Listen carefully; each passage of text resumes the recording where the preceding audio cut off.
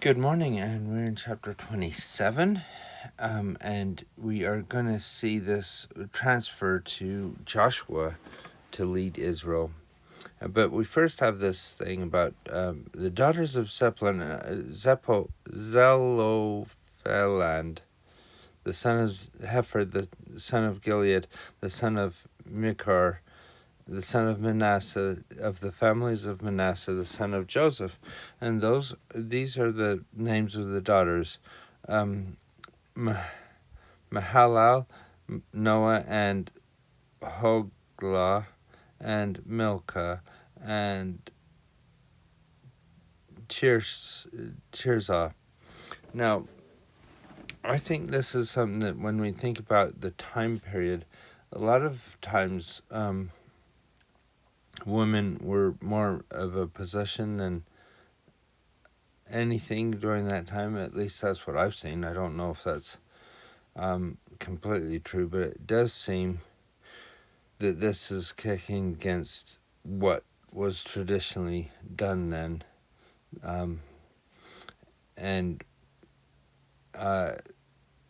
they stood before Moses and before Eleazar, the priest, and before the princes and all the congregation, or the rulers of the people, by the door of the tabernacle of the congregation, saying, Our father died in the wilderness, and he was not in company of them that gathered themselves together against the Lord in the company of Korah, but died in his own sin, and had no sons.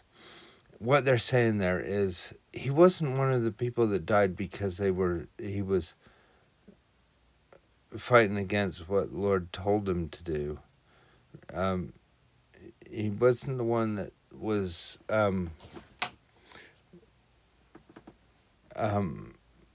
fighting against Moses or anything. He was a righteous man. He died in his own sins, meaning he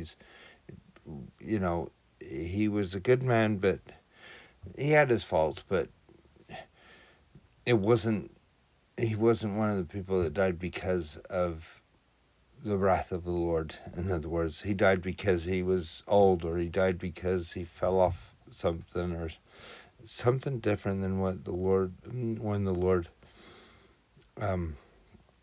caused it. So he was a good man. Why should the name of my father be done away from among this family, because he hath no son? Give us therefore a possession among the brethren of our father. And Moses brought their cause before the Lord. And the Lord spake unto Moses, saying, The daughters of Zephland, I'll never get that name, Zelophaland, spake right. Thus thou shalt surely give them a possession of an inheritance among their father's brethren, and thou shalt cause the inheritance of their father to pass unto them. And thou shalt speak unto the children of Israel, saying, If a man die and have no son, then ye shall cause his inheritance to pass on to his daughter. And if he have no daughter, he shall give inheritance unto his brethren. And if he have no brethren, then ye shall give inheritance to his father's brethren.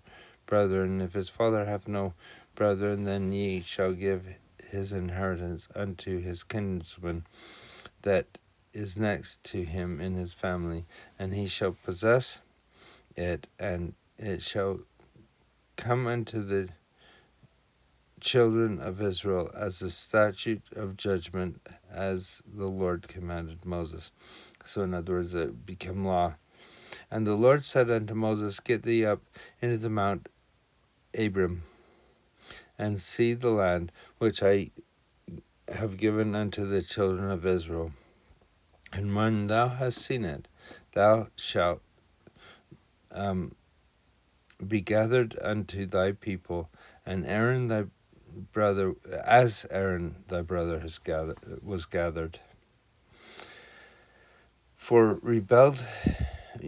ye rebelled against my commandment in the desert of Zin, in the strife of the congregation, to sanctify me at the water before their eyes, that that is the water of Meribah. And remember, Meribah means strife. That's when he stroked the rock and said, do I have to give you water? Do I have to do everything? Do I have to not giving the Lord the credit for it and not doing it the way the Lord wanted him to? And Moses spake unto the Lord, saying, let the Lord, the God of the spirits of all men, set a man over the congregation. I find it interesting that Moses is the one that's saying this. So God is letting him show his ability to lead, not just hear the Lord, but to speak with the Lord and discuss things with him, which may go out before them, which may go in before them, which may lead them out, which may bring them in, that the congregation of the Lord be not as sheep which have no shepherd. He wants somebody to be able to lead them like he has been leading them. He doesn't think that they'll be able to do it without that. And the Lord said unto Moses, take thee Joshua, the son of Nun, a man in whom is the Spirit, and lay thy hand upon him, and set him before Eleazar the priest, and before all the congregation, and give him a charge in their sight. And thou shalt put some of thine honor upon him, that the congregation of the children of Israel may be obedient. Now, if you push that put, you'll see that it comes up with invest or give him authority. Invest him with authority. How can I say that? With the same authority. So people knew that he was the next person in line.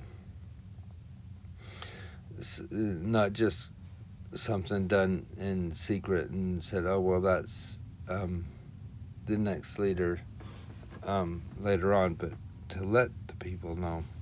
And he shall stand before Eleazar the priest, and who shall ask counsel for him after the judgment of Urim before the Lord. At his word shall they go out, and at his word they shall come in, both he and all the children of Israel with him, even all the congregation. See how they work together, just like Moses and Aaron worked together. Now it's Joshua and Eleazar.